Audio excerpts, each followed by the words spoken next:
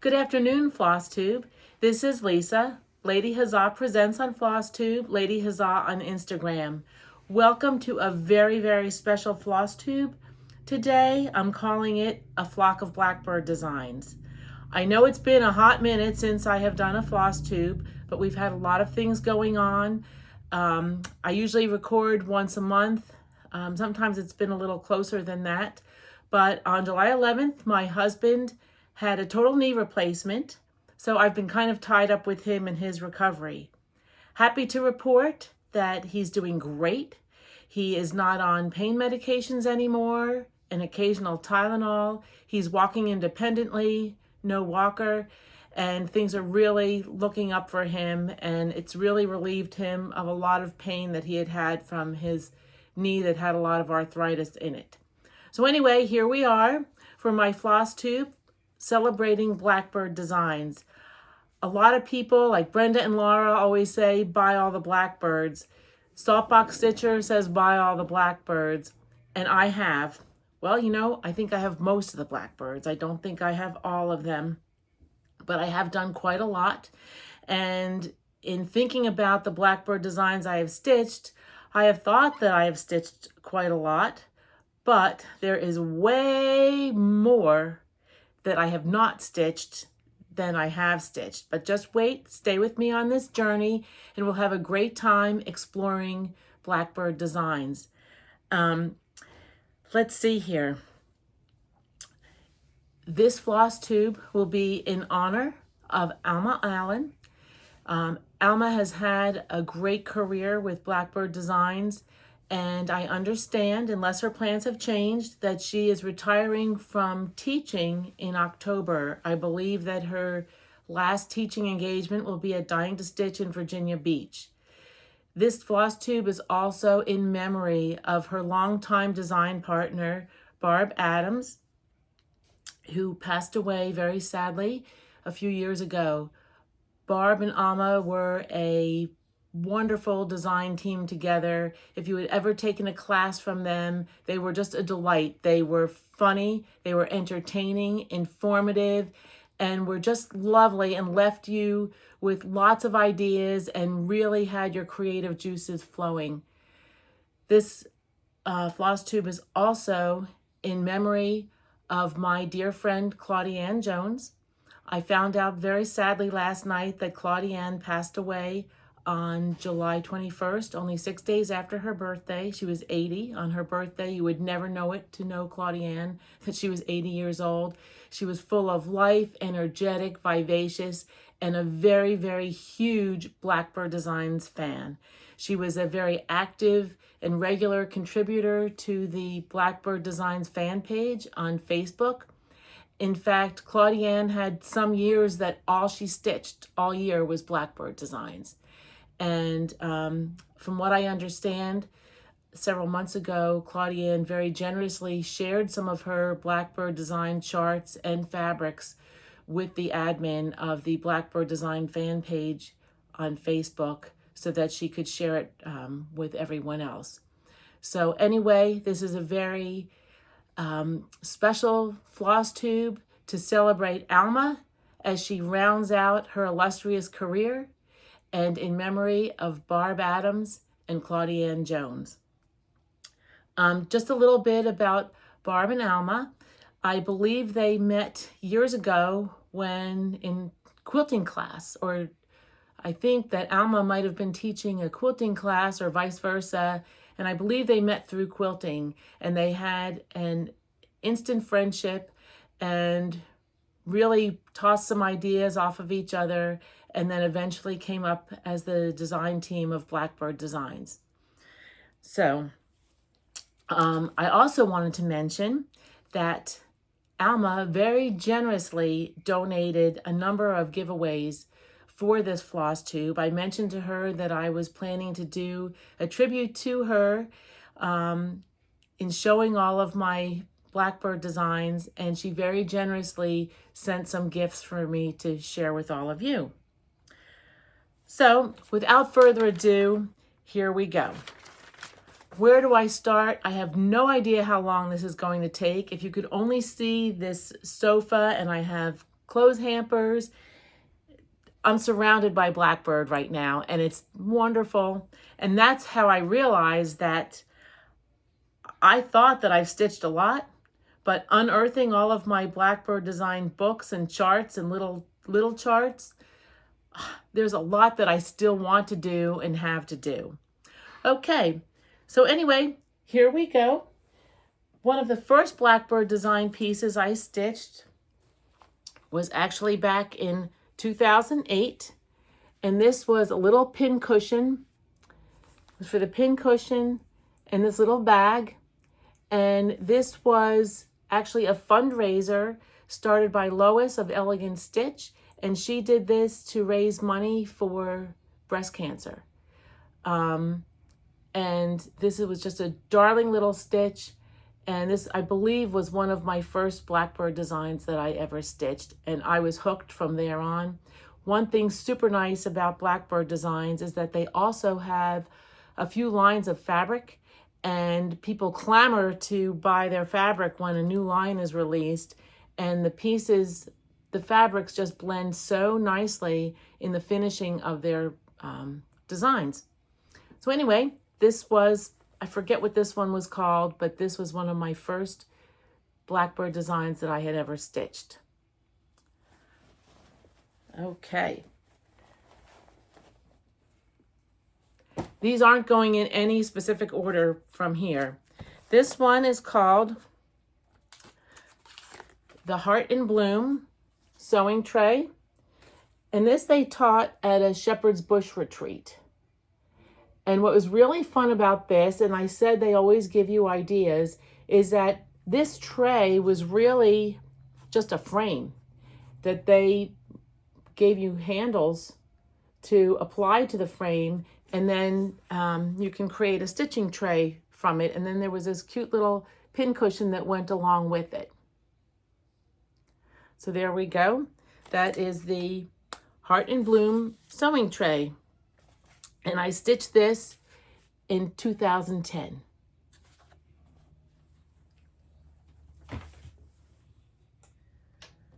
Okay, this is another framed piece that was also from a Shepherd's Bush retreat. This was called Our Lasting Friendship. Let's see, I've got some glare there. And this was released one year at a Shepherd's Bush retreat, and I believe Shepherd's Bush had rights to this chart for a while, and then it was released. I used a Shepherd's Bush conversion that they developed for this chart. I assume they still have that conversion available. If you call Shepherd's Bush and then possibly buy your chart or threads or pieces and parts from them for this piece, they will share that with you. This was framed by Jill Rensel Studios in Ogden, Utah. So being that this was a Shepherd's Bush class, there was also other pieces that went along with it. And I will show you those.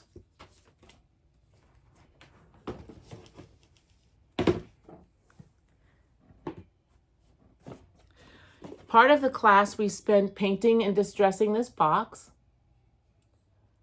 So this went along with it. This was all part of our lasting friendship. And then inside, there was a little pin cushion. Now I think they stitched Shepherd's Bush on the front, but I took the time to stitch Shepherd's Bush on the back. And then I used the front for my initials. So one thing, and then here's the box again, and this was in 2018. They always give such great directions for finishing and mounting pieces. And in the classes, Barb and Alma always had wonderful little vignettes of little stitchy things. They were just darling to little stitching vignettes to display some of your stitching and maybe some of your little vintage pieces that you might have. Their classes were always wonderful, and if you ever had the opportunity to take one, you certainly know what I'm talking about. Oh, one thing I wanted to say about Our Lasting Friendship again was, there'll be a lot of reaching in this, I think. In this center here, I stitched the initials of friends that I was at Shepherd's Bush with that year. And these people we roomed with. And then I put the initials of other people that were friends of ours that we would always meet up with at Shepherd's Bush in the outskirts of the piece. So right here is the initials, Claudianne Jones. She was a very special friend, and we first met at a Shepherd's Bush retreat about 20 years ago. So there you go. That's our lasting friendship.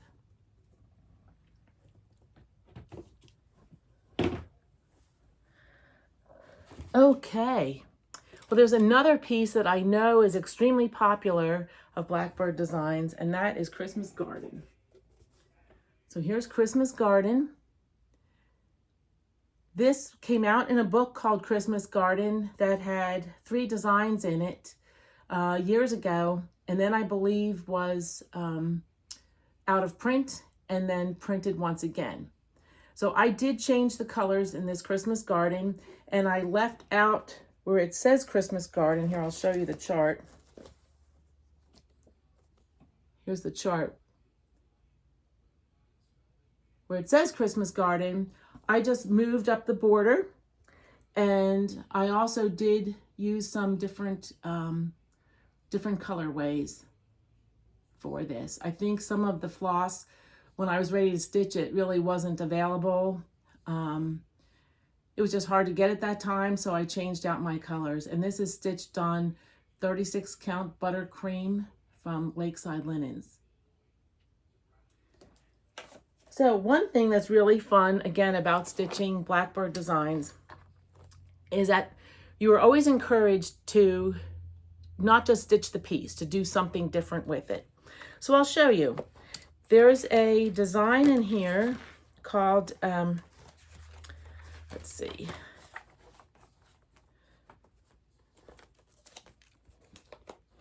Called Naughty or Nice. And it's a little stitching pouch. So what I did is I stitched the pouch, and the finishing directions were in here also, and it was very easy to put together following the directions. So here's the outside of the pouch. I put some striped fabric on the inside of the pouch. But in keeping with how Barb and Alma always suggested doing something different with your piece, before I made it into the pouch, I had my husband print out a copy of my stitched piece, and he printed it out on canvas. So I had this framed and hanging on my sampler wall, and honestly, unless you have close inspection, you can't really tell that it's not a stitched piece. So there we go. There's the 2 side by side. And when did I stitch this? 2012. There's also one more piece in this, one more design in this book that I have not stitched, but I have it ready to stitch. And it is this little box, and I've painted the box. I really don't know why I haven't gotten to it, because it's just small. But, and now that I have the box painted, it'll be really easy to just mount on the box once I do get it stitched. So this is Christmas Garden. All right, like many of you, I also like to have a New Year's stitch. So this is one that I stitched many years ago. Let me see the date. Oh, 2010, many years ago, and I started it on New Year's Day. I don't like this glare. And it's called Raise a Glass of Cheer. Sorry about the glare, folks. So this says, raise a glass of cheer for the beginning of a new year. Love this piece. And again, this was framed by Jill Rensel in Ogden, Utah.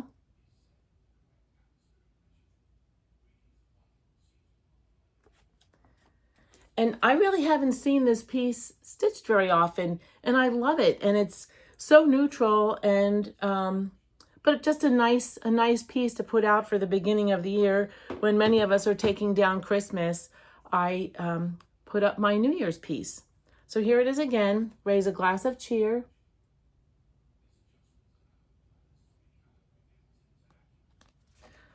All right.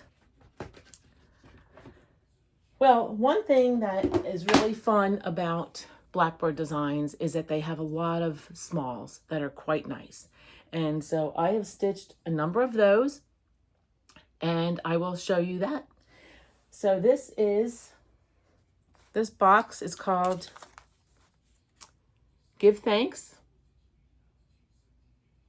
And I bought an unfinished wood shaker box that I painted and then mounted the piece on top. I also went ahead and lined the box. Let's see if you can see the lining there. And then made a little pin cushion to go inside. And then a friend gifted me this little needle book. I believe it was my friend Sue Ream, one year at Shepherd's Bush. And my friend Michelle Davis, one time at the Shepherd's Bush retreat, did a little make and take class for people. It was really fun. And we did these little pumpkin fobs. So that all went into my box, and here I'll show you again. Here's a little pin cushion. And the box lid of Give Thanks. Unfortunately, I don't really know which of these pieces are out of print and which are still available for purchase. But I know that some that have been out of print have been re-released and so are now out there for purchase.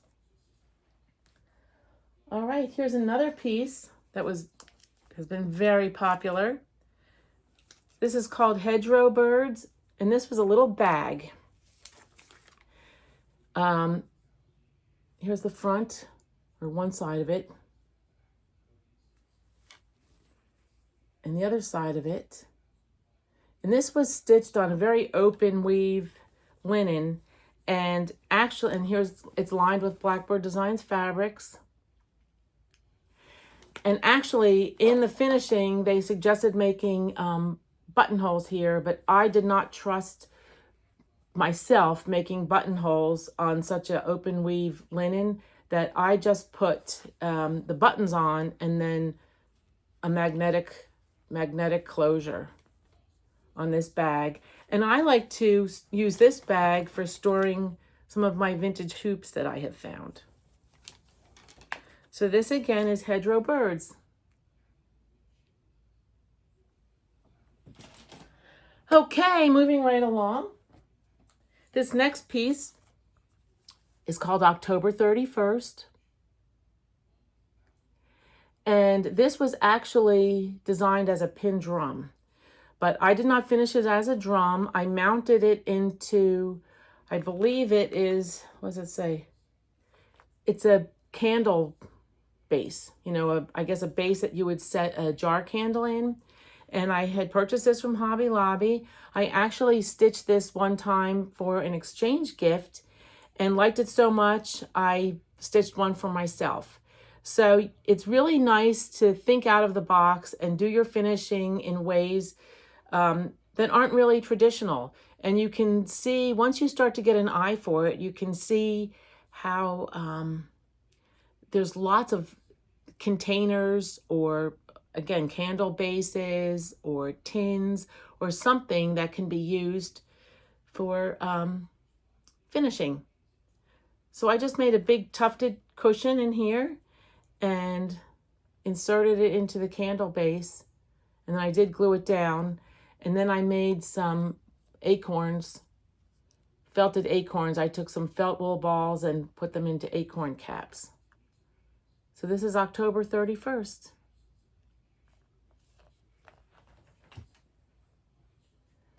Again, in the fall mode, this one is called Waiting for the Harvest. And this is stitched on that, I don't know, is it called hopscotch? Gingham linen? I don't know, but this was just a fun, easy stitch. I put some rickrack trim on the side and then stuffed it with walnut shells. It's kind of fun to have out in the fall. Barb and Alma really have given us such a wealth of beautiful, timeless designs that just are always fresh. They never grow old, and they're always great for decorating our homes and our fun stitches. They're not really difficult stitches, but they are just so beautiful when they're all finished, and just a really relaxing, great pieces to stitch. So here's another one. This one is called Flowers of the Field, and this is another one that I haven't really seen too much. But this was to make this little pouch. Very muted colors of green and gold and beige. And when did I stitch this? I don't know. I don't have the date on it. But this little bag opens up.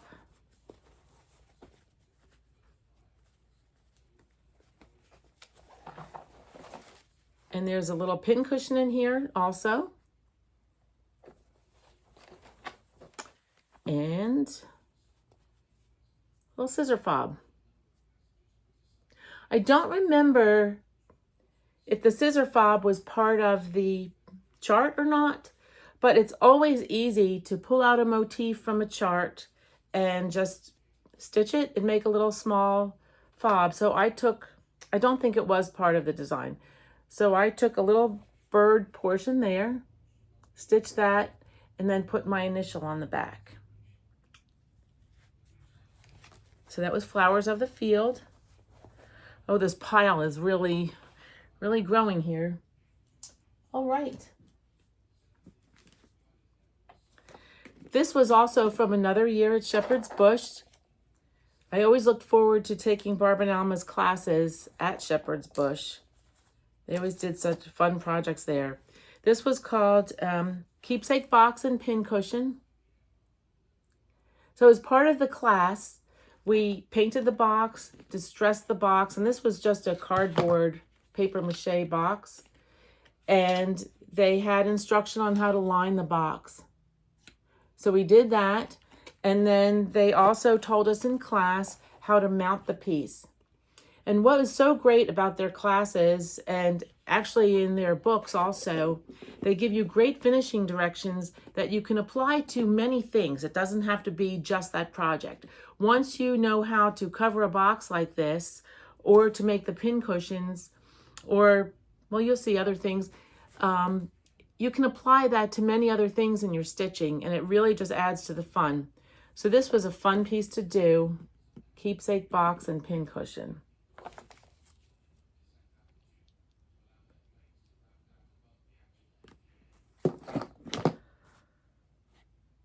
Okay. So let's see what else I have here.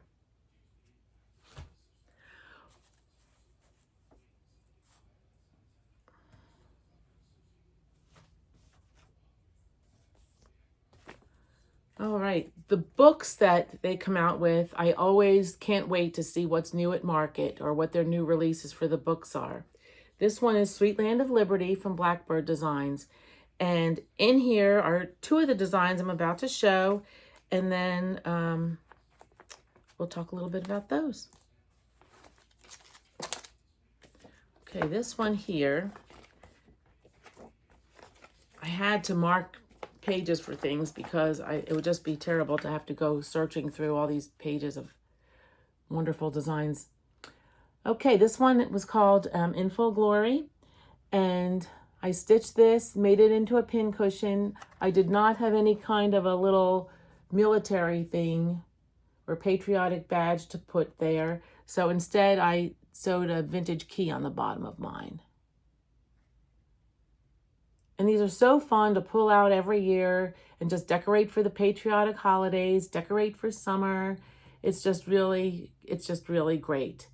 And you know, you have bought all the Blackbirds, you have the Blackbirds, so it's always so hard which ones to decide to stitch next. So the other one from this book that I have stitched is called, let me find it. Oh, Sweet Land of Liberty. And I finished it just as they did, on a pedestal.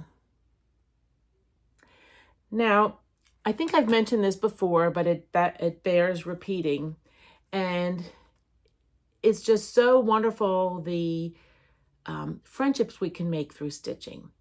I was participating in a exchange, and I was given the name of someone to stitch something for in the summertime. And I decided I would stitch this piece for the exchange piece for her. It was a summer exchange. I was stitching something patriotic. Well, here I stitched one for myself at the same time because I just knew I loved it right off the bat. These were candle stands from Hobby Lobby that the instructions are given in the book of how to paint it and distress it and mount your piece on top of it. This was even ribbon that we then had to sew down, accordion fold it, and sew the ribbon, and then affix it to the outside of the piece. So anyway, I mailed my piece off to my exchange person, who's named Jennifer Richardson. And Jennifer contacted me afterwards, and she said just how much she truly loved the piece that I stitched for her, and that when she saw that I lived close to Williamsburg, Virginia, she mentioned to me that she was coming to Williamsburg very soon and would like to meet me. Well, we arranged to meet for dinner, and we just had a marvelous time. You would have thought that we had known each other for years. And we just hit it off right away, all over the love of stitching. And here I was doing a gesture of love, stitching for someone that I never met before. And she just really loved it. Patriotic is something Jennifer really enjoys. And we've just been fast friends ever since. In fact, we went early to the restaurant that night and we ended up closing it. Although in Williamsburg, that's not too tough to do because restaurants don't stay open that late. Lots of fun. And what's really nice about finishing pieces on things of varying heights is that if you're making a vignette of your stitched pieces, it's nice to have them at different heights. It just gives it perspective to have things at a different height. I'll show that again. And I've seen this finished many ways. I've seen some people finish it as a pincushion. I've seen people finish it as a drum, or they have, like here we cut off some of the stitching. You know, it's just wrapped, I didn't cut it, but it's wrapped around the circle. But I've seen people actually frame it also. So many options of the finishing on Blackbird. So there you go, there's that.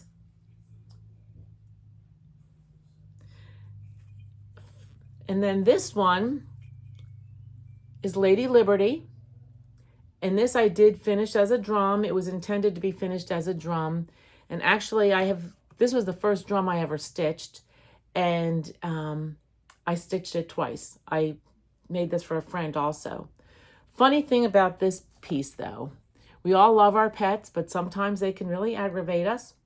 Right after I finished stitching this piece, I had these patriotic pins, a set of, I think it was 3 or 4 patriotic pins that I was all set to adorn my piece with after I stitched it.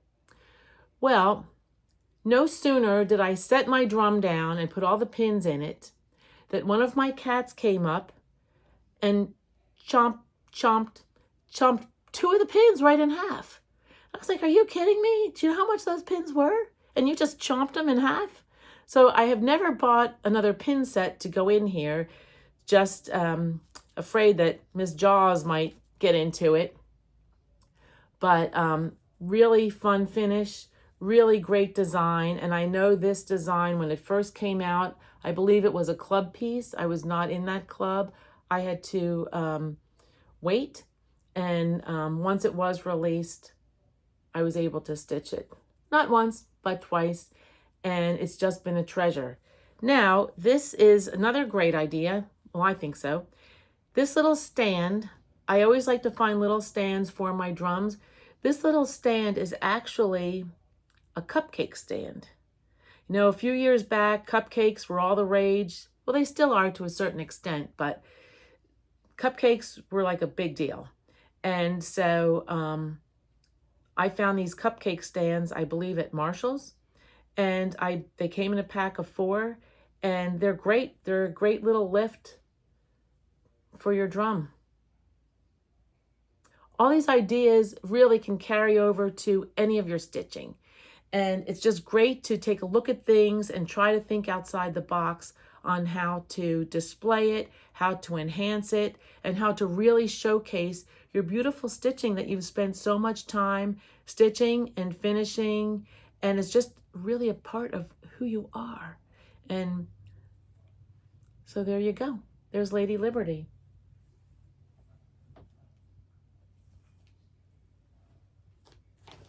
Okay.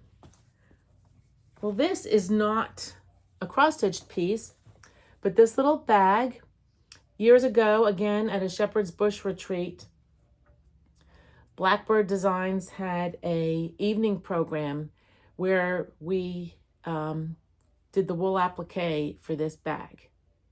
And I have always loved this. Again, this is a piece that I have not really seen too many people having completed. So inside this bag, I have it all stashed with some Blackbird Designs to stitch. This is where I keep all the things from my 'Tis Halloween. And these are all of it's a whole book of Halloween little mini stockings. I don't want to show a chart. I don't want to show the graph. But there's one. I do have this one stitched. I'll find it in here eventually. I do have this one stitched but not put together. So there's that one. There's this one. I know a lot of people have started doing a Halloween tree. And I started one last year and actually went gung-ho, and I thought that I was going to stitch a number of these for my Halloween tree last year, but no, I got one of them stitched and not even put together. So there's Candy Corn. This one's just a simple little one called Eye of Newt. It's just polka dots. So cute. Here's Enchantment.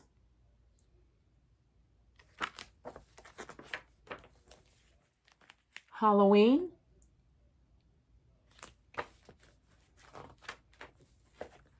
Jack-o'-lantern.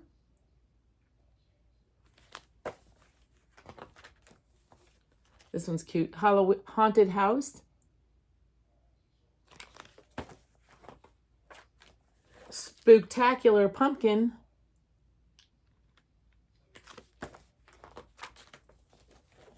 Who is knocking at my door? Oh, I love that one. Trick or Treat.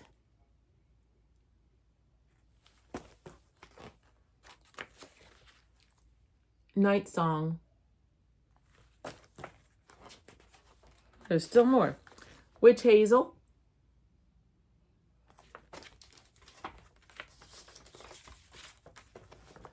And then this one they made into a necklace. Black Jet necklace. You could still make it into a little stocking if you wanted to. But again, there's lots of ideas that you can do with your Blackbird design pieces. And then here they gave an idea for a pumpkin pin keep. Again, using your stitching and enhancing it with other projects also. And then here was a candy corn necklace.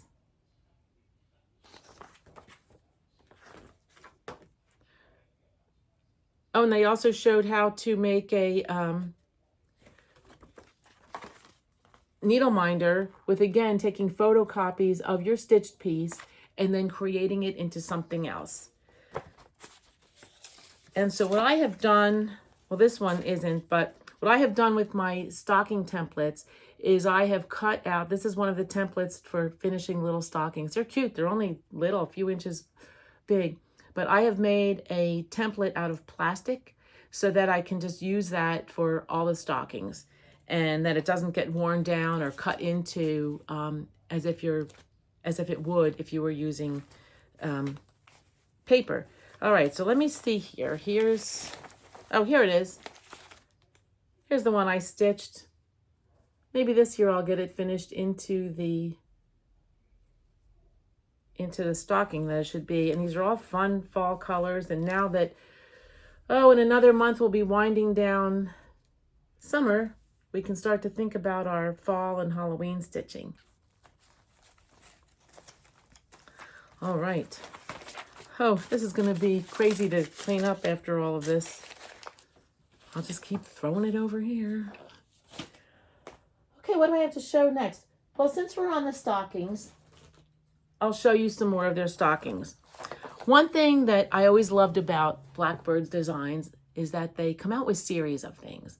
And so they came out with a monthly series of their mini stockings. So each month, okay, here was January. So there was 3 stockings. You had 3 stockings in each leaflet. So this one was for January. And there's Auld Lang Syne, a birthday one, I guess, for the start of a new year. And then just some greenery. So one year for Christmas, I stitched my kids' ornament every year for Christmas. I stitched this one, and it says, "In the days of Auld Lang Syne." So I had stitched these for my kids. I have 2 children, and I just made a little bead hanger to hang it on the tree. Okay, so that's January, and I'll show you. Oh, here's my plastic template that I made, and I can turn it either way, depending on which way the stocking is oriented for finishing. So this one, Love is in the Air.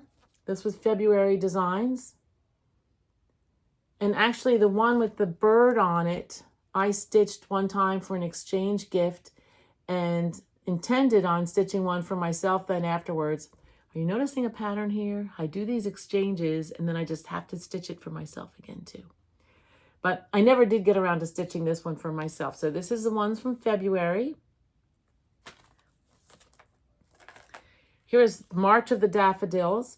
So this one, in the March designs, there was shamrocks, daffodils, and then like a little Quaker design.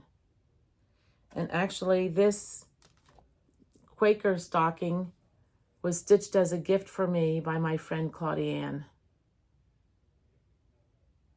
I am so honored to have some of her stitching. And it was really hard to hear when I got home from work yesterday that she had passed away. She was such a dear and special person, and anyone that knows her will, I know, would agree with me. So anyway, I hope I don't get emotional, but it's all kind of raw yet. Okay, and here's April. April Showers stockings. Let me just show the back. Okay, here's some for May. May has flowers, May flowers. And again, here's another one that was gifted to me from Claudianne. And she used beads for the hanger also. Really pretty and fitting back on that too. Here's June. June also had flowers, and I think there was things geared here towards new babies and brides. There's a stork and then the wedding ring quilt.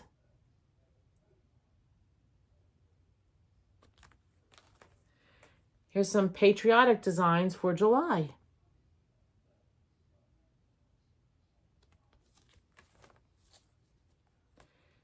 And here's August. August brings, this one has poppies and thistles and sunflowers. And yet another stocking that was gifted to me.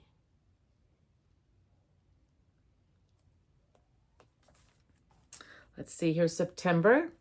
September, we get into those fall months. And what there's just, here, I'll show you the other. So this was one of the designs for September. And then there's the others. I don't know if these are still available.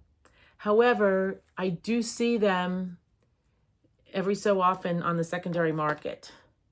And they're not one of the designs that goes for hugely expensive. And here's some October stockings. There's a great fall design. And let me flip it over and show the other two.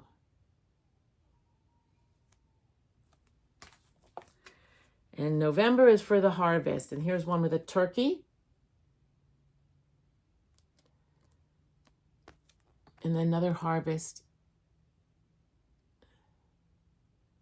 And then just like a Quaker type design. And then Merry December. There's a floral design. And then you also get one with reindeer and then a house that's maybe waiting for Santa. Okay, so there we go with the stocking. So I do love how they, there's lots of series that are available for Blackbird Designs. Like here's another series that they have. This was called For the Bird series. Now I've seen people stitch these individually or they've stitched them all on one piece together. And they are lovely done either way. So just to go through these quickly, and these were all done in like a very blue and green and gray color palette. So I'll just flip through these. I have not stitched any of these yet. That's what I mean when I thought I've stitched a lot of Blackbird Designs. And then when I see everything I have, it's like, I really haven't. I need to get on it.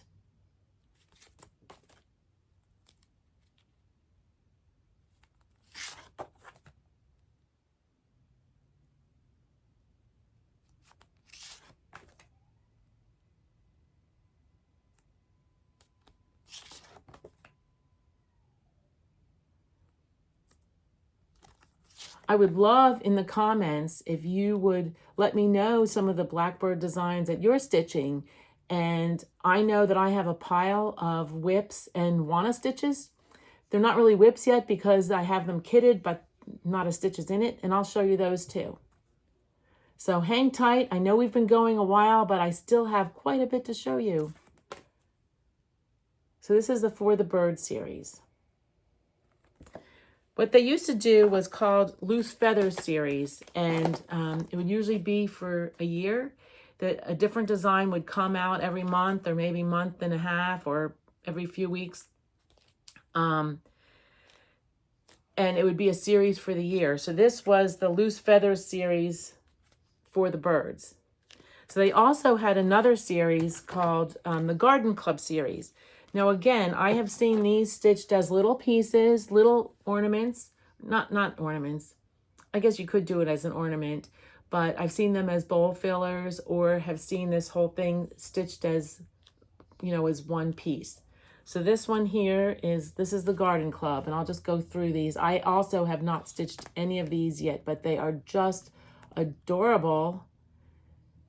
And, you know, I'm kind of thinking about it. Maybe next year for my Whip Go, like if you've been following me on Floss Tube, you know I'm doing Whip Go this year, and it's really been great. I've gotten a lot of things finished with Whip Go. I won't be showing any of that today, so that'll be on my next Floss Tube. I've actually had a lot of finishes of things lately that I can show you then. But maybe I'm thinking next year I might have a Blackbird Design Whip Go or a Start Go, ones that aren't even started yet, to make them a whip.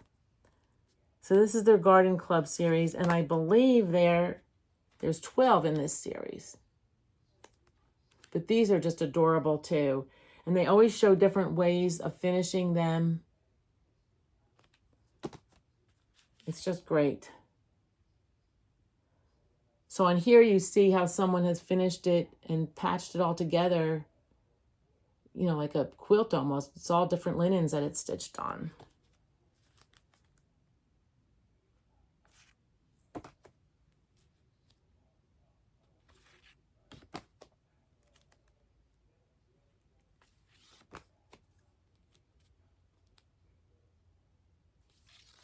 Am I whetting your appetite to pull out your Blackbird? I hope so, because I just love it. Okay, so that's the For the Bird series. I mean, for the Garden Club series. I just showed you the For the Birds. All right, well, I still have more to show. I have a really special thing at the end. What I'm going to show next are some of my Blackbird Design whips. And I will also show some more of the Blackbird Design pieces that have gifted to me by very special friends. They know I love Blackbird Designs, and some of them have been very generous to spend their time creating Blackbird Designs for me. So I will be showing you some of my Blackbird Design whips and wanna stitches, things I have kitted up that I just haven't gotten the oomph or the time yet to stitch them. But you know, like you, there's always so much more desire of our stitching than there is time. So anyway, I will show you things I've been gifted first, and then I'll show you some of my whips and wanna stitches. And then I will end with something very special that I will tell you about in just a little bit. Okay, this little box was made for me by a friend, and she used directions. Her name's Diane, and she stitched this for me, and she used directions that she got from a Blackbird Design piece, and they had a drum sitting in here, but she covered the box with paper that from a Blackbird Design stitched piece or fabric. I think this was fabric that she took a photocopy of and made paper out of it and then painted and covered this box. So I have seen it where they've had a drum in here before, but she put in a little vintage heart tin, and at the time it did have some buttons and candies in here, both of which are gone now. But my friend Diane made this for me one time, and I just thought it was so clever and so sweet, just all different ways that you can apply their designs. Again, stepping outside the box of finishing it right away into a pin cushion or a frame piece or a bag. Take the time to photocopy your piece, just put it right on the printer, take a photocopy of your piece, and then you can do all kinds of things. You can make note cards, you can make little tags, you can do all sorts of things with your stitched piece other than just right away finish it into something. And I know it's very exciting to finish it once we do all the stitching, but if you just hold back a little bit and take a photocopy, then you have the option of doing other things with it. So this here is a piece called Something Sweet, and my very sweet friend Miriam stitched this for me one time for a gift. And this says on it, "I looked for something sweet to send you. The violets asked if they would do." And my friend Miriam stitched this for me a few years back. I love it. I love it. I have it on a little easel stand in my guest room with some other little things with violets on in front of it. And it looks really, really just perfect there.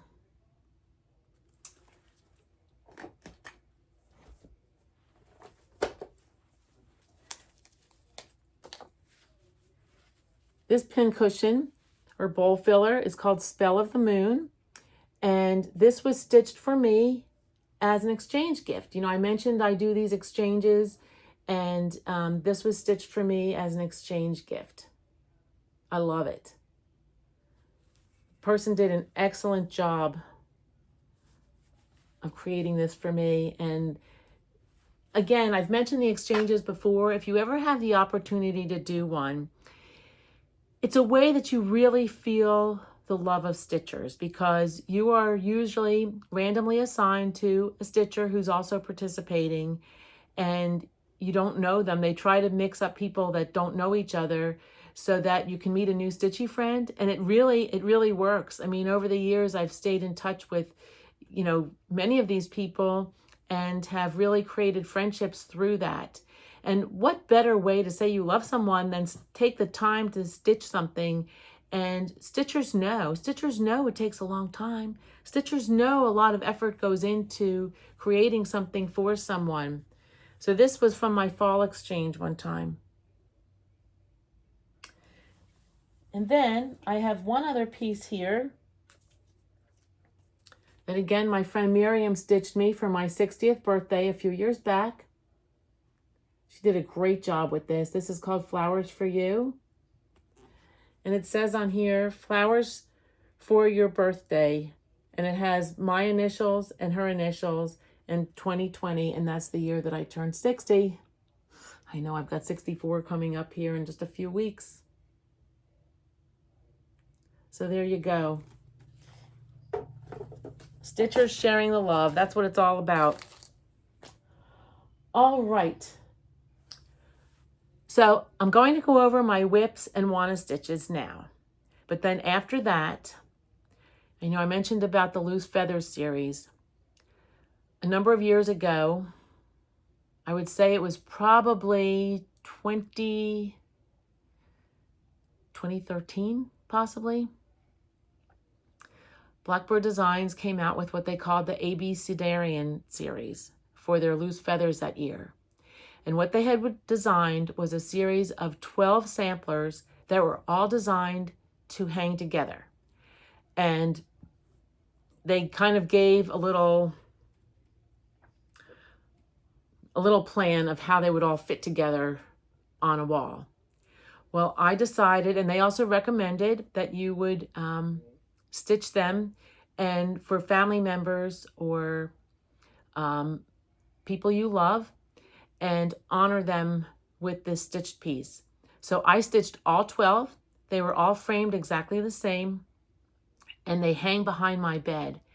And on the back of each one, I put an index card. This is like a little sticky envelope that holds index cards.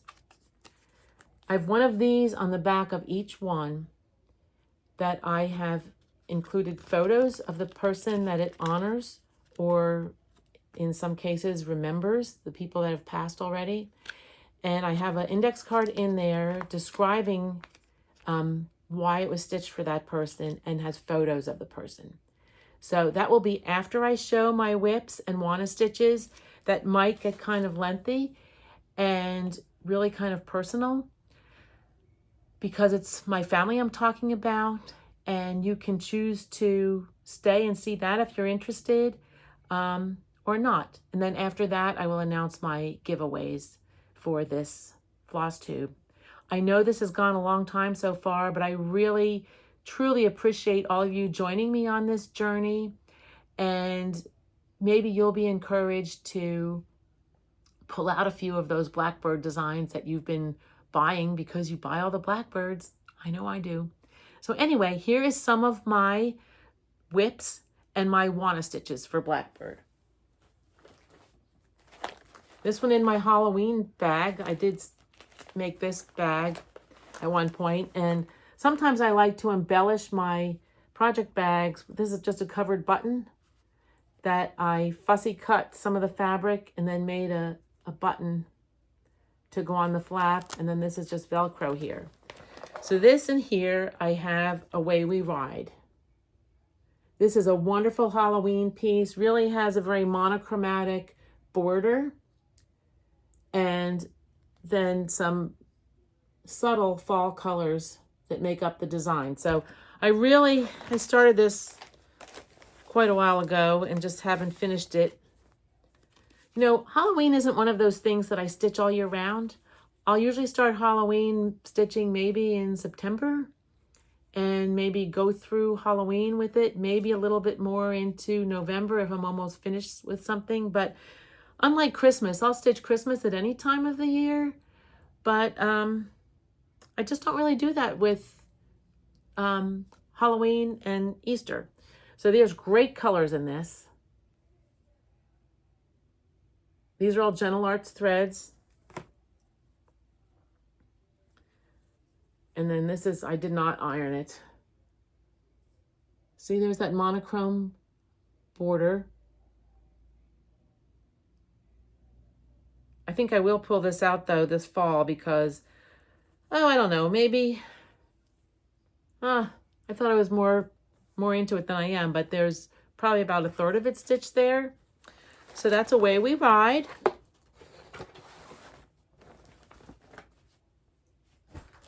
And then I have, let's see, this is another one, Casting a Spell. Okay, with this one, I have gotten as far as buying the box that it goes into. It was a box from Hobby Lobby years ago. And I have gotten as far as painting the box, but stitching it, I have not. So this will fall into my wanna stitch category. So now I'm really glad I'm digging these things out, because now when I start my fall stitching, I've got two things that I'm going to. So there you go, Casting a Spell.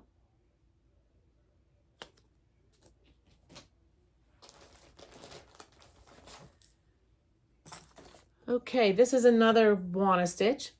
This is What Remains. And on here it says What Remains is Love. This was offered from Traditional Stitches in Canada when they celebrated their anniversary, their 20 years of the shop of Traditional Stitches in Calgary. And this was offered as an exclusive for the shop and then was available after that. So what I think I'm going to stitch with this, I'm going to stitch this as a memorial piece for my mother and my stepfather. Some of you know my mother passed away in 2021, and my stepfather, oh my goodness, I don't remember the year anymore, but he's been gone quite a while now. Oh, I don't like that I don't remember the year. But I'm going to put both of their names on here and stitch What Remains is Love in their sweet memory. So I love the linen for this. Let's see what it is. I don't remember. Oh, 35 count straw. And then here's the colors. Let me see if I can fan them out a little bit. Here's all the colors. So you'll see this coming up. I think stitching a memorial piece for my mother is something that I can tackle now. And so that's a coming attraction. Okay, this was from a Threads of History Club from Country Sampler. And this is our Lydia Cohagen. And this one, I will stitch, I don't think I'll put Lydia's name on it. I think I will stitch another friend or family member's name on this instead. And there's lots of area to personalize this with other things. So that's one of the reasons I haven't started this one, because I'm not quite sure what all I want to do with this design. And there's plenty of space on here to make it your own.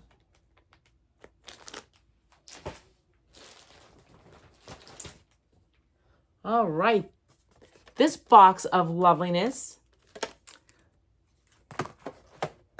This has the cutest little book, Deck the Halls. This came out, probably more than a few years ago now. It's amazing how the time flies. This is for 6 strawberries, 2018. Okay, a handful of years ago. This is to make 6 different strawberries, and I went ahead and ordered. Oh, I'm really great at harvesting all the pieces and parts. So I got all of these linens for the berries, all different colors of linens. And they were the called for linens. And I ordered these from the Shepherd's Bush. And what was great is that they labeled them, and so that I can figure out which berry to stitch with this. So I have collected, here's all the threads. I'm all harvested. I've got the thread and fabric harvest done. Here's all the wonderful threads for this. They're Weeks Dye Works.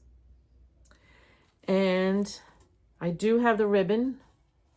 And then this is some lace, the lace that goes with it too. I forget where I purchased the lace from, but it is the lace. See, you can probably see. It is the lace that's on here. Yeah, I really don't remember. Oh, here's these scissors. Aren't these cute?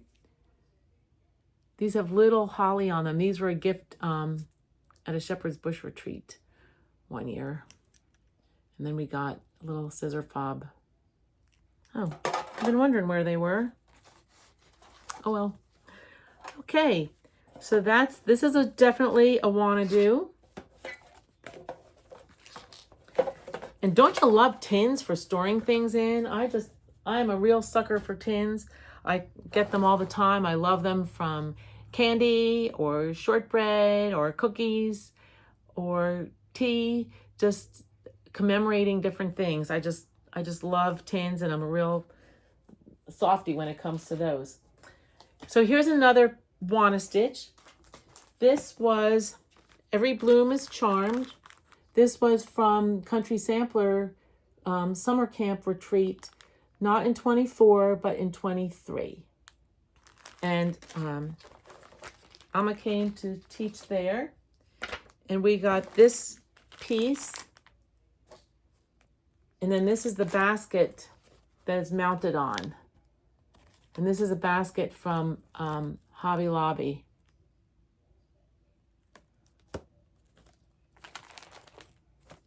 Let me show you all the colors. So we got this basket. Here's all the colors all carded up for us. And then we got the materials to do this drum. And what's super cool about this drum is that it goes into this cage. And again, this cage is from Hobby Lobby also.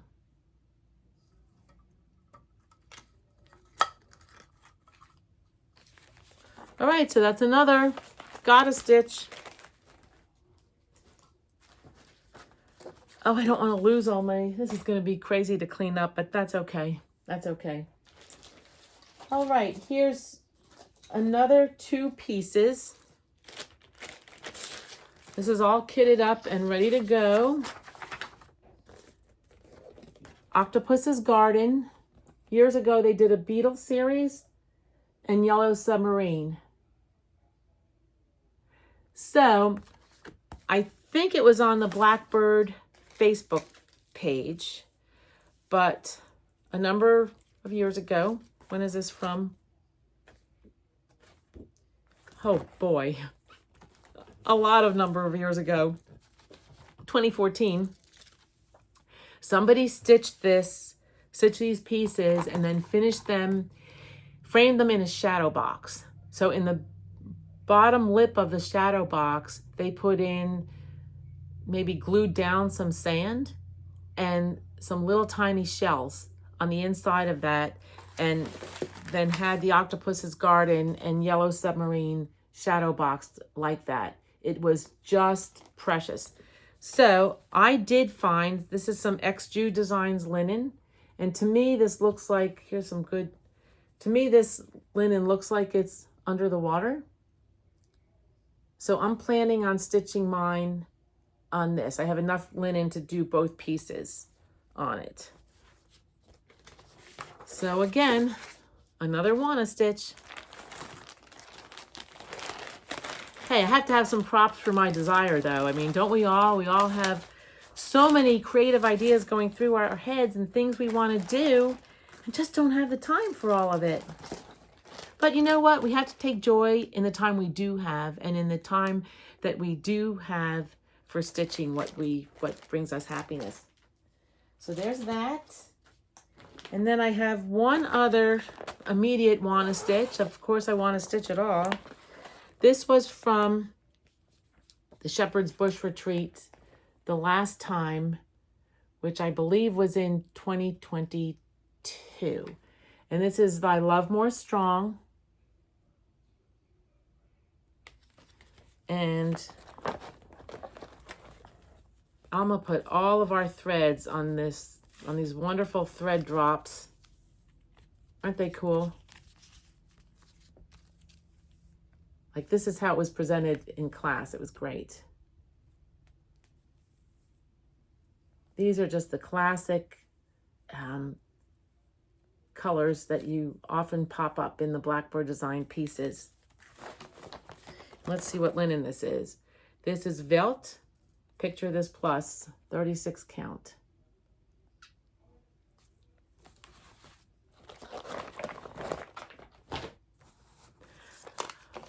Okay, friends,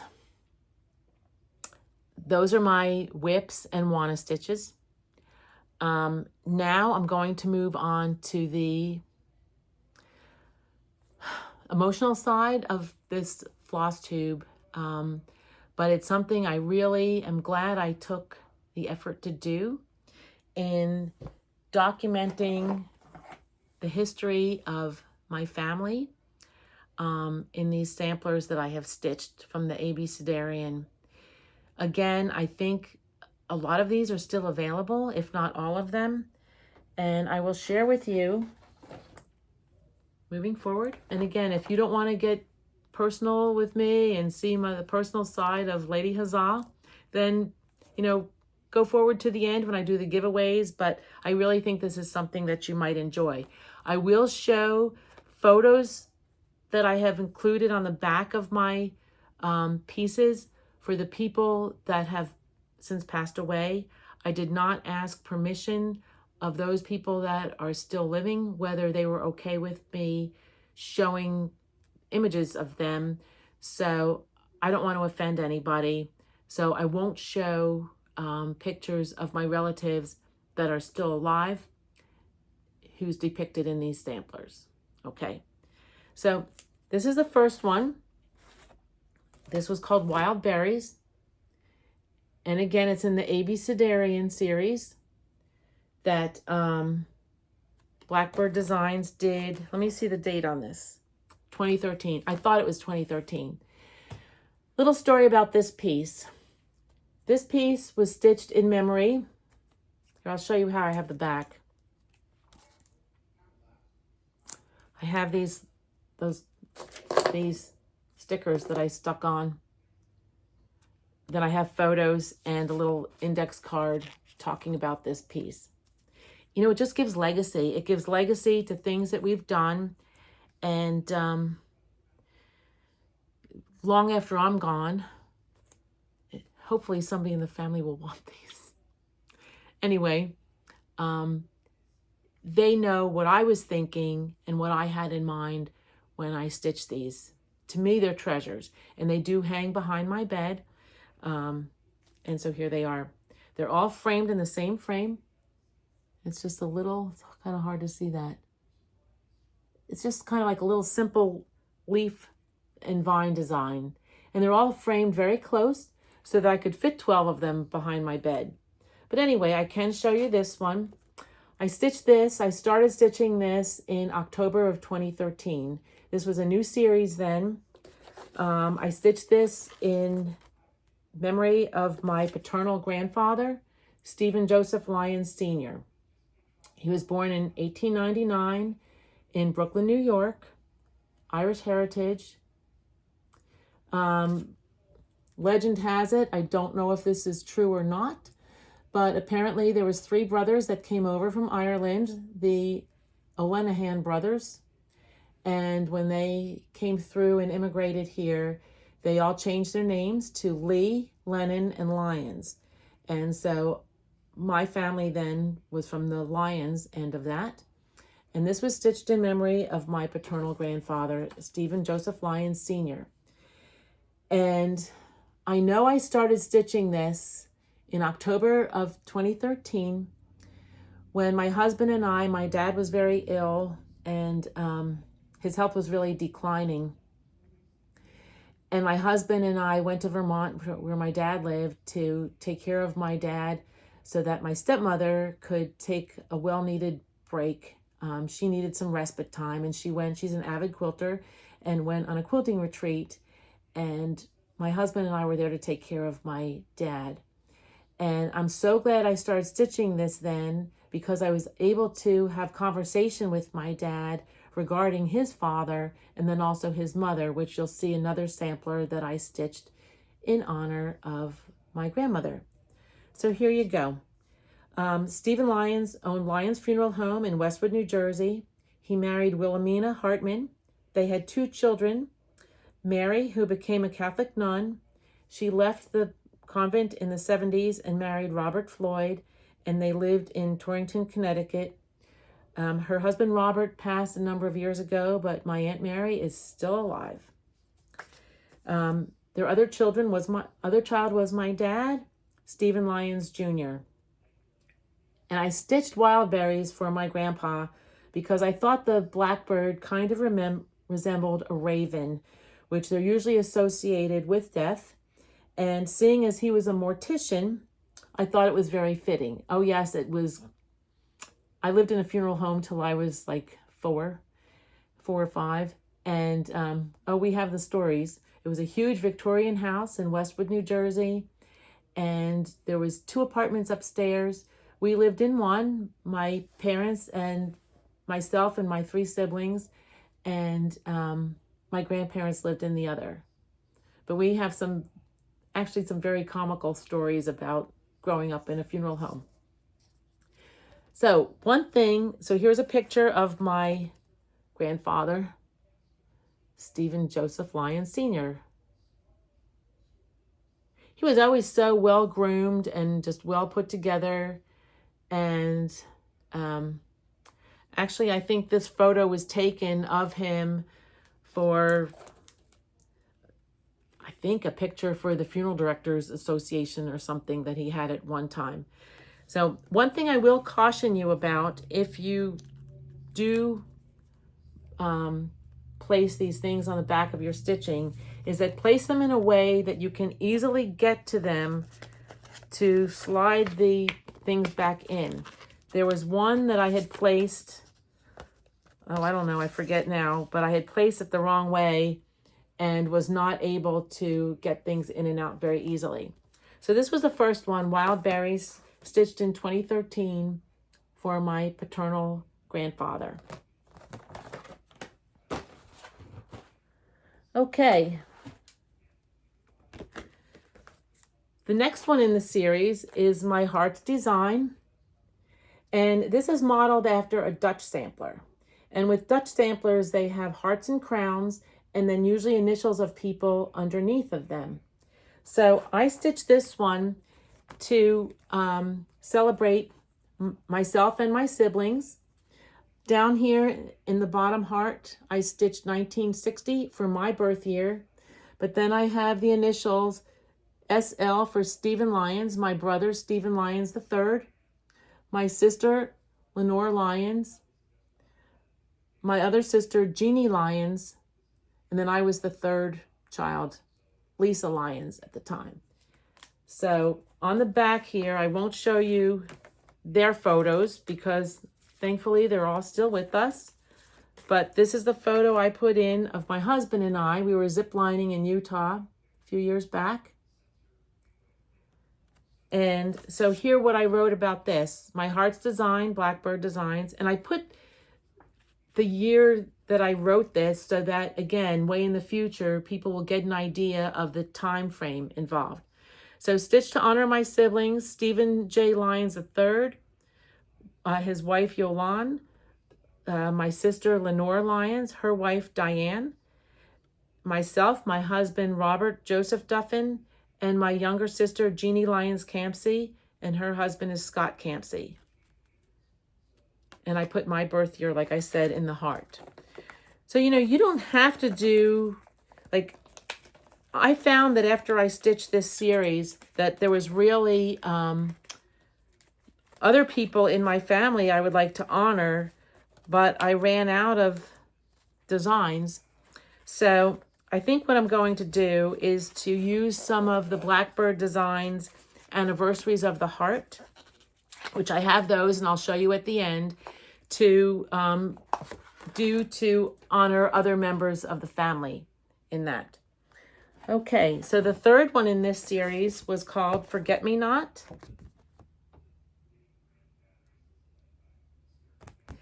And I stitched this in memory of my paternal grandmother, Wilhelmina Hartman Lyons. And I really credit my grandmother. She went by Billy or Bill or Min. I did this to honor her. I really credit my grandmother for teaching me the love of stitching. She did not cross stitch, but she did needlepoint. She did other sewing things. She did crewel work. and she really taught me to have a needle in my hand. In fact, she used to order things from the Hirschner's catalog, and she would let us select something, and then she would choose other little treasures from there. And then once this whole box of goodies arrived, she would let us pick a piece we want to stitch or to craft. There was some crafting things also, but once we finished it and showed her, then we could pick another treasure from the box. So it was always fun to show Grandma what we had stitched and completed, and then we had the opportunity to select anything else we wanted. So she was born in 1896, and here's her initials here, W.H. Wilhelmina Hartman. And so here she is right here. There's Wilhelmina. And in this picture is my grandpa, and he's holding me. And then here's his daughter, Mary, who was a nun. And then my brother and my older sister. And because I was a baby, my younger sister wasn't born yet. But what I wrote about this was stitched in memory of my paternal grandmother, Wilhelmina Hartman. She was born in January 1896. My dad told me that there was also another birth year for her due to interpreting a number wrong at some point, but he thought this was the year that she used. You know, they didn't, you know, a lot of these documents back in the day were handwritten, and if somebody wrote a number kind of funny, you know, it just changes. It just can change a wedding date, it can change a birth date, it can change a death date. So I credit this grandmother with giving me the love of needlework. She didn't teach me to cross stitch, but she provided me the love of the needle, hand sewing, embroidery, felt applique, and needlepoint. So that's the one. Thank you for sharing in this journey with me. It is just something that I had wanted to do for a long time, and people have asked me about it, and when I had finally written down all the legacy of my family on the back of these frame pieces, I just thought now is the time. So here's the next one.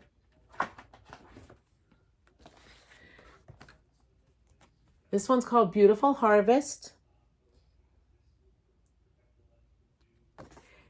And I stitched this in memory of my mother, Anne Ruoff Lyons Flynn. Okay, so I'll show you what I did. There is some, I think there's some there's some satin stitching in the leaves here, but all the rest of it is cross stitch. Here's my mother's initials up top, Anne Winifred Ruoff, and I will tell you a little bit about her name in a little bit. And her birth year is on here too, 1931. When I originally stitched this, my sweet mother was still alive. So this is Beautiful Harvest, stitched in memory of my sweet mother, Anne Ruoff Lyons Flynn, 3/30/31 to 12/21/21. She was born Anne Winifred Ruoff in Lancaster, Pennsylvania. Her name was going to be Winifred Anne Ruoff, but then her initials would have spelt war. And in the time of World War II, her parents really didn't want her initials to be war, so she was Anne Winifred instead. She married my dad, Stephen Lyons Jr., and then they were divorced when I was in 7th grade. And then in 1989, my mother married Dennis Flynn. My mom had 4 children, Stephen, Lenore, Lisa, and Jeannie. Mom had a joy for life, loved to create, and she used to have the neighborhood kids over to craft with us. Mom also loved what she called a happening.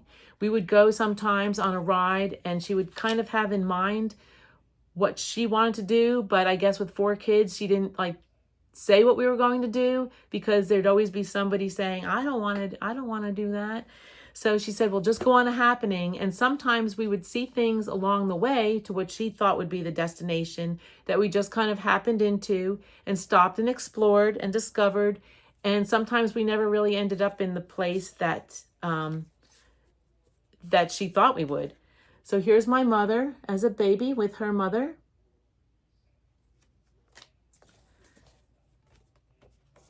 Here's my mother as a young nurse She was one of the first women to graduate with her BSN in nursing from Villanova University. They had just become co-ed. And then here's my mother as a young lady. I think she might have been a teenager there, late teens. I'm not quite sure. And this is what we gave out as a tribute to my mother when she passed. There's a picture of her from her 90th birthday. And she just glowed. She just glowed. She had turned 90 in March of 21 and then passed in December. So see how this is a fun way to document your family, document those that are important to you, and it just really gives a lot of legacy to our lives and the people that we love. So there you go. This next one is called Bluebird of Happiness. Okay, now this one I stitched in honor of my stepmother, Karen Lyons. I won't show pictures of her because Karen is almost 81 and she's alive and well and is just moving from Vermont to Massachusetts. And I'll tell you why I stitched this for her. You will see here, she loves the color purple, and these are all like in a mauve lavender color. But what they suggested with this chart was to stitch the initials of the person that you were commemorating in a darker color. So for me, this was perfect because her name is Karen Lyons. So the K and the L fall right after each other, and I did those in a different purple. Okay, so here's a little bit about Karen. Stitched in honor of my stepmother, Karen Seidler Lyons. She was born in Englewood, New Jersey, September 7th of 1943. She was an only child. She married my dad, Stephen Lyons Jr., on April 12th, 1974. So that's the year I put on here. It was the year that she joined our family. They, at some point, they sold the funeral home and moved to White River Junction, Vermont. She's an avid quilter and sewer. Karen loves the color purple. So again, that's why I stitched the K and the L in purple. And Karen, just like this weekend, I think, or early next week, is in the process of moving. Their house was on 10 acres in Vermont, and she's moving. You know, I can show one little cute picture here of her. This is Karen when she was a little girl, and she's so excited about her little baby carriage there. And here's another picture of her with her mama. I can show you this one too, and a picture of her as a young girl.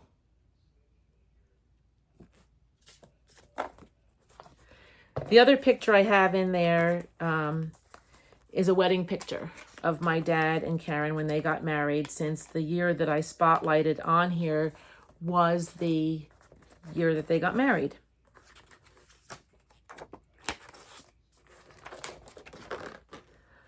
Okay, we still have some left. Are you with me? Hanging in there? One thing nice about Floss Tube, if it goes too long, you can always stop it and come back. I need to get a drink of water though. I'm getting kind of dry.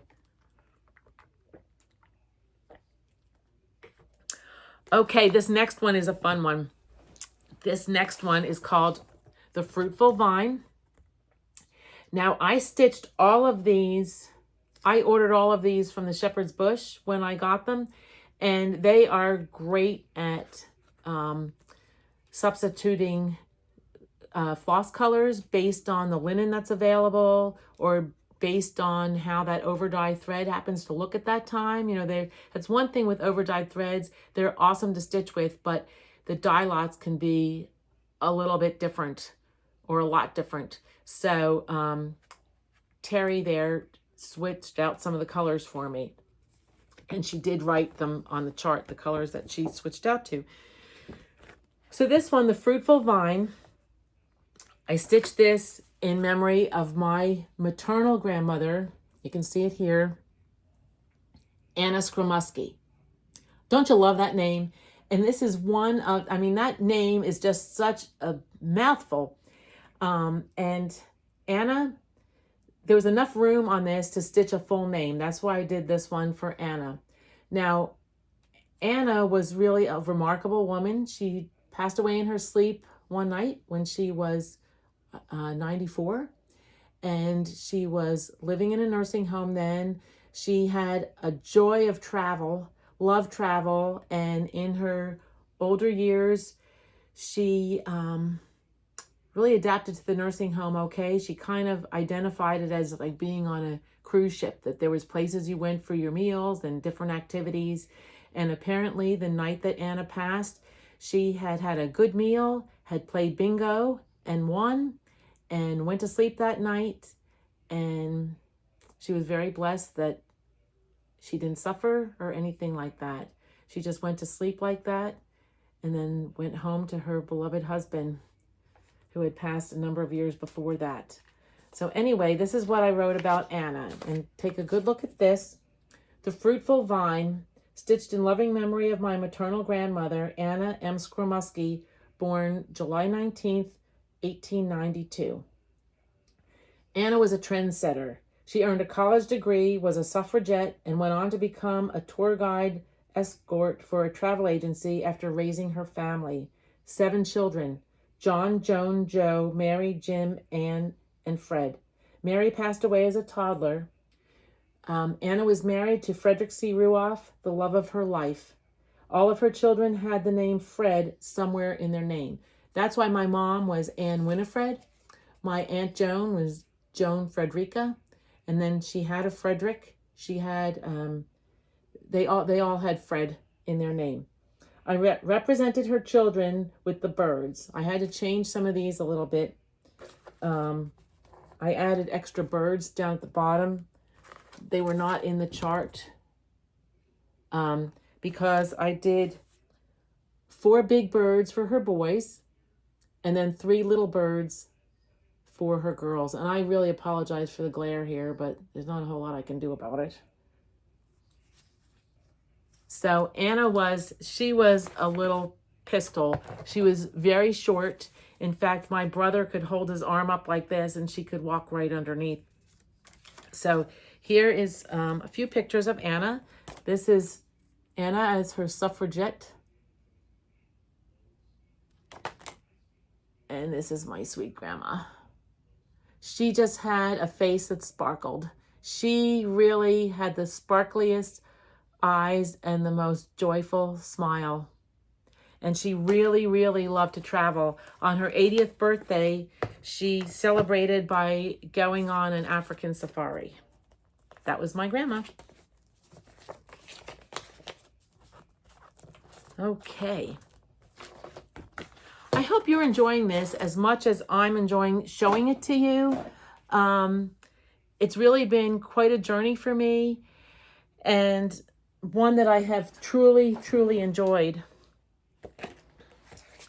All right, this one here is called The Country Life, and this is number 7 in the Abecedarian series. This one I stitched in memory of my dad, Stephen Joseph Lyons. He was born March 31st, 1934, and I thought this was fitting for him because even though he was a funeral director, he had some great childhood memories of going to visit relatives in the summer that lived in Vermont.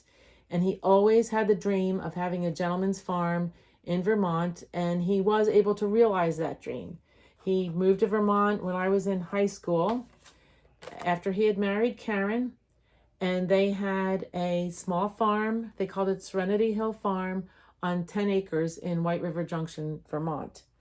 So here's what I wrote about my dad. Stitched in memory of my dad, Stephen J. Lyons Jr., born March 31st, 1934. I wrote 94 here. I know that's not right.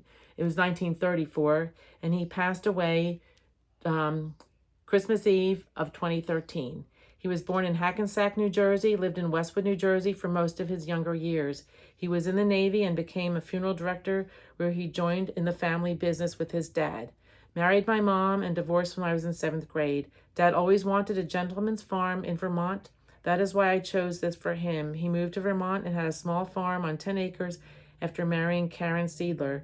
Dad was also a maker. He loved to do woodwork, wood carve, stitch. He did embroidery. He did quilting. He did crewel work. He loved to bake and can. He also loved to travel. So here's my dad as a little boy with his sister Mary. Here's another picture of my dad at a wood carver group. It was a picture that was taken of him for that. And then here's my dad. He always loved to have a lobster roll near the seawall in Maine, something he really enjoyed. So that's my sweet dad.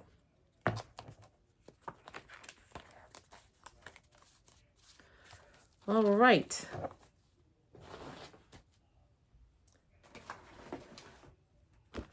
These just go on and on, don't they?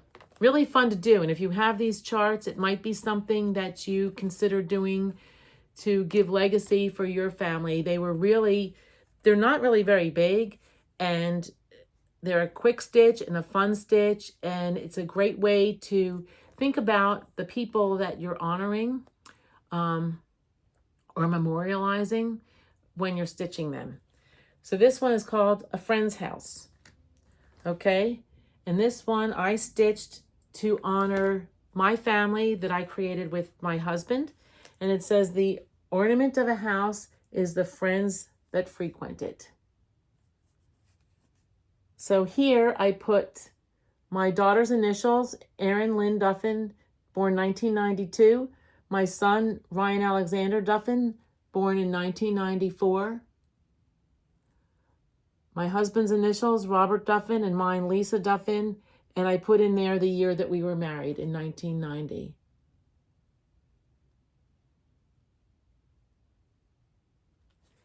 So, and this is what, I won't show my kids, but I will show, this is a picture of my husband and I in Ireland last year at Blarney Castle. So I put Stitch to Honor My Family, created with my husband, Robert. Our initials at the bottom and the year we were married. RDLD 1990. We met on a blind date, April 7th, 1989. Also the initials of our daughter, Erin Lynn, born in 1992, and our son, Ryan Alexander Duffin, born in 1994. So those I did for my family, my immediate family.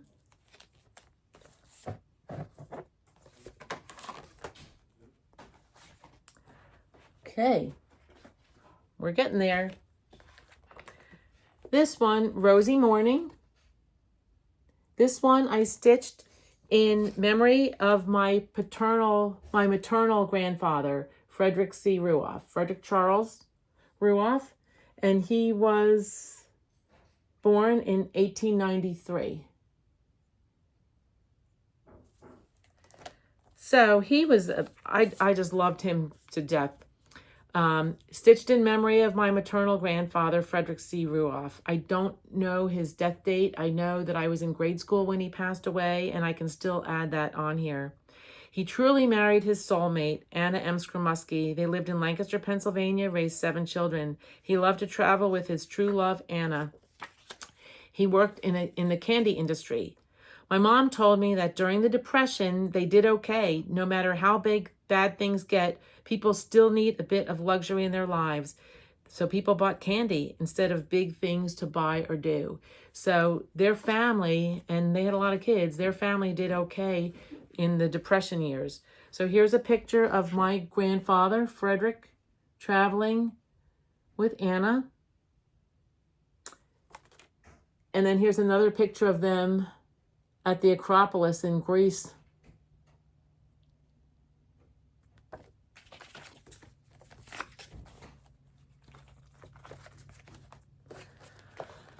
All right.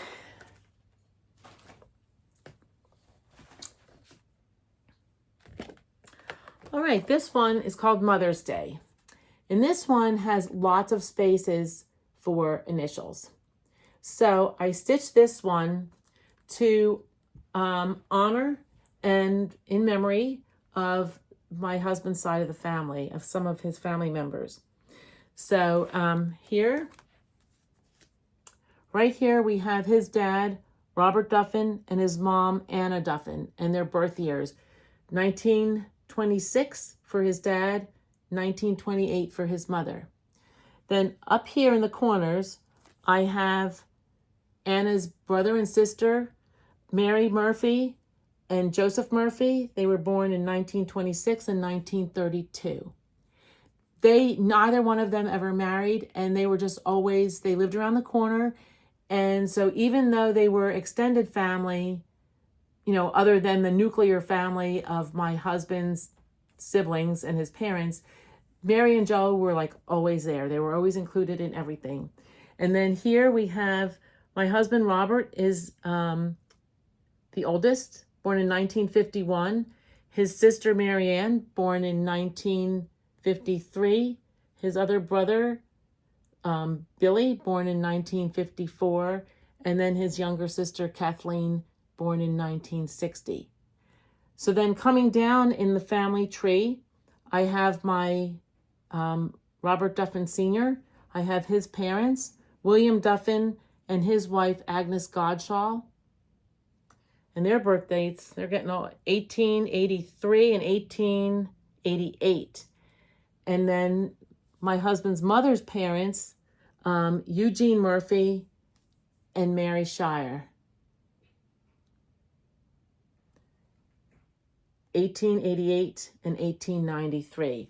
So I do have some photos I can show.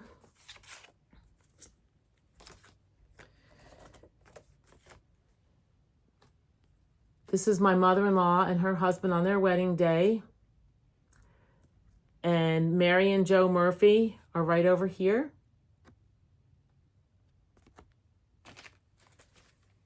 This is Mary Murphy and Joe Murphy holding my husband when he was an infant.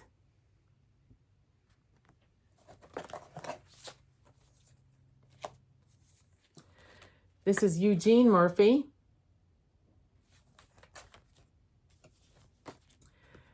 And then William John Duffin, he is in the top middle. And then Agnes Godshaw Duffin is this lady here. It's hard to see, but she's in a speckled dress. A woman with, she's right there in her speckled dress.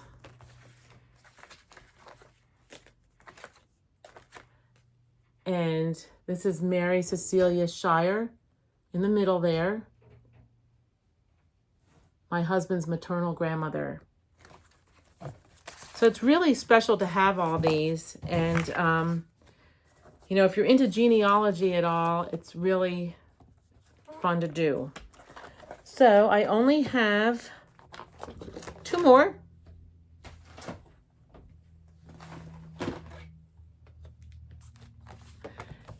This one is called Summer Harvest. And I stitched this in honor of my husband, Robert Duffin. His name I stitched over one down there. And then he was born in 1951. He said he didn't care if I showed some pictures. So he's popped in on my Floss Tubes before. So he's out there on social media. But so here I wrote, stitched in honor of my husband, Robert J. Duffin Jr., born 7/29/1951 in Philadelphia, Pennsylvania, to Anna and Robert Duffin Sr., graduated from North Catholic High School in 1969, went to St. Joseph's University, worked in the plastics industry since 1973. He married Diane Ziner in 1980 and divorced in 1987. He married me on 11/10/1990. We met on a blind date, and we were engaged after 4 months of dating, and we've been married. We'll celebrate our 34th year this year. We have 2 children, Aaron Lynn and Ryan Alexander. We've lived in Winchester, Virginia, in Westchester, Pennsylvania. Then we moved to Stowe, Ohio for about 5 years. And then we moved to Winchester, Virginia in July of 1999, and then to Toano, Virginia in November of 2014. Bob loves to travel, he loves photography, and he totally loves astronomy.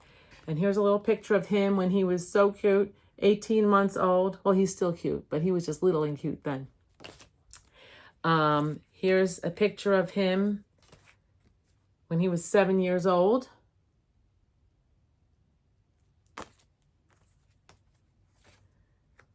A picture of him at Bunratty Castle in May of 2023 in Ireland. And then one of us at the Cliffs of Moher in Ireland last year. Some of you might remember the floss tube that I did after we had returned from Ireland. That was a great trip. All right. So here's my last one. And this one is in honor of yours truly. This one's called Garden Borders. And I stitched this in honor of myself. This looked like the most like a traditional sampler to me. I have my name here. I was born August 27th, 1960. I'm trying to get rid of that glare. Okay. And in the back, this is what I had said, stitched in honor of Lisa Ann Lyons Duffin, born 8/27/1960 in Westwood, New Jersey. I stitched this to honor myself because I like the sampler look of it, very appropriate since stitching is my passion. The photos I chose show me doing just that. Born in Westwood, New Jersey to Ann and Stephen Lyons, graduated Mahwah High School in New Jersey, June of 1978. I graduated with a BSN in nursing from Villanova University, May of 1982. Married Robert J. Duffin Jr., 11/10/1990. Gave birth to Erin Lynn Duffin and Ryan Alexander Duffin in 1992 and 1994, respectively. Moved to Ohio in October of 1995. Moved to Winchester, Virginia in July of 1999, and then moved to Toano, Virginia in 11 of 2014. So this picture is kind of cute. This is me at Villanova University. This was on our capping day. This was back in the day. Let me see if you can see that a little better. Back in the day when you had nurses' caps. And our Villanova uniforms, you could do a Catholic theology on them. The white bib made up a V for Villanova. The colors were light blue and white stripes for the Blessed Mother. We had enough pleats for the apostles, enough buttons for the sacraments, and our cap came together in the back. It had 3 points for the Blessed Trinity, and then on the back had like a blue ribbon that looked like a V for Villanova. So here's 2 pictures of me doing my favorite thing, stitching. And both of these are on the porch at the former Langford Hotel in Ocean City, Maryland, and that's where Salty Yarns is located.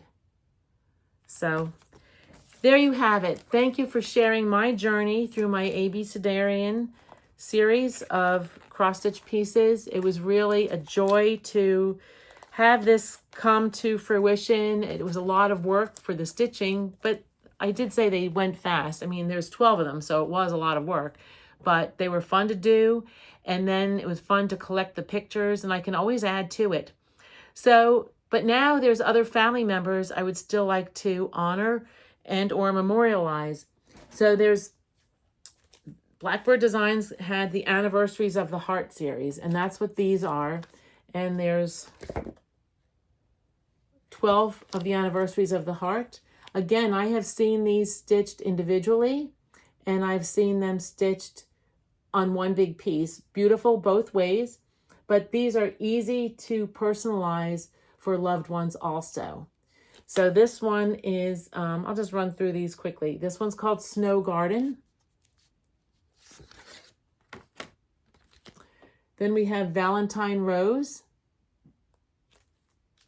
See, and there's lots of places that you can put names of people and significant dates on them. This one's called A Wish for You.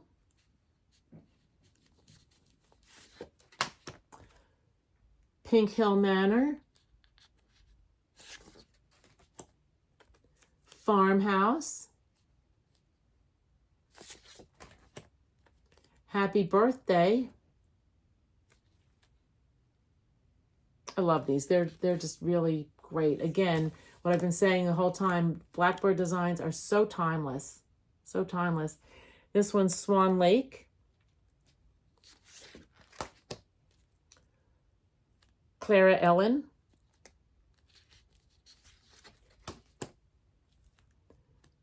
Moonlight Visitor.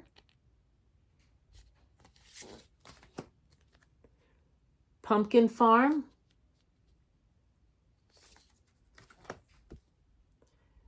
Evergreen Lane. And Elizabeth Jane. So the sky is the limit.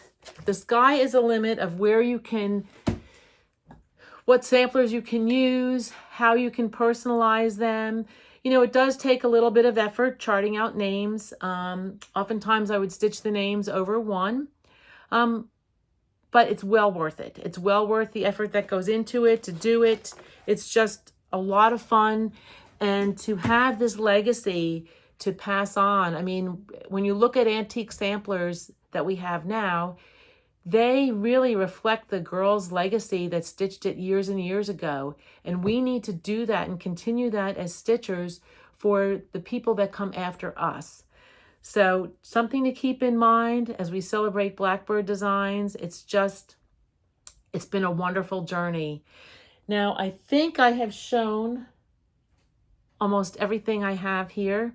Again, it just nicks the surface of all of the designs that I own of Blackbird Designs, but here I've been talking for almost 2 hours. 2 hours. Wow, girl can talk. But I do have some giveaways. Like I said, Alma was very generous in providing me things to share with you, all of my wonderful Floss Tube viewers. I thank you. If you are a new viewer, please like and subscribe to be eligible for my giveaways. And that way, if you hit also the bell, then you'll be notified when I have a new Floss Tube. Like I said, this one, it's been like 6 weeks since I did my last one, but that's only because I've had to be nurse at home and at work, taking care of my husband as he recovers from his total knee. But I really appreciate all of you. I love sharing my joy of needlework with you, and it's quite the journey. I mean, I love providing you with floss tubes, but I also love watching floss tubes also. And I'm always glad to go back to my old faithfuls that I watch, as well as discover new ones all the time. So I will show you here in a second what my giveaways are. Please do not put prize, winner, raffle, anything like that. You know the drill. Those things, those words kind of somehow trigger people that don't need to be claiming prizes to claim prizes. So I will give you a keyword to use in your comment, and then the winners will be selected from those keywords to indicate which giveaway they wanted. So without further ado, I have 4 sets of these 3 charts to give away. These are Loose Feathers patterns, Strawberry Garden, Evergreen, and the very much sought after Quaker Garden. And Quaker Garden at one point was out of print, and it has been re-released. I'm not sure about these other 2, what their status was. I think they're also re-releases. But anyway, you will receive, I have 4 sets of these to give out, and you will get, so these 3 charts, and you will get a Zappy Dot needle minder. So I've got two different Zappy Dots. They're both adorable, and you will get 1 of those and 3 charts. So like I said, I have 4 of these to be given out. Your keyword for this would be feathers. So use feathers in a comment. You can just write feathers, or some people get very creative and write a sentence using multiple words from the other offerings. The other thing I have is this book, so generously donated. Memory, moments of glad grace. And the word to use for this, to be considered for this, is grace. The other is the book Souvenirs of Summer. I tell you, Alma was so generous to give me all of these. So your key word for this is summer. And then I have one more. Wait, that's this one. Thy love more strong. I hope I didn't get these mixed up. Thy love more strong, use the word love. So for this book, it's love. This is grace. And this book is summer, to be eligible for these. Okay, friends. That about wraps it up for today. I thank you so much for joining me on this journey. It's been a real joy for me to do. I can't wait now to dive into more of my Blackbird designs that I have unearthed as I prepared for this floss tube. I hope that you are taking away either little hints of how to use something, just another way to showcase your pieces by displaying them in a different way, different ways to honor your family. So, like I said, this floss tube was in honor of Alma and her wonderful career as a designer and teacher of stitching for all of us. She's wonderful. I wish her all of the success and lots of joy in her life as she moves on to the next thing. This is also in memory of Barb Adams, who contributed so much over the years to Blackbird Designs and is truly missed in this industry. And also in memory of my very sweet friend, Claudianne Jones, who stitching Blackbird Designs was a huge portion of her life and something that she really found joy in. So again, my friends, until we meet again, find calm, joy, and relaxation in your stitches. Thanks again for joining me today. And if you've liked what you've seen, please make sure you like and subscribe. And you too can maybe win one of these prizes. Just leave a comment. See you soon, my friends. Bye.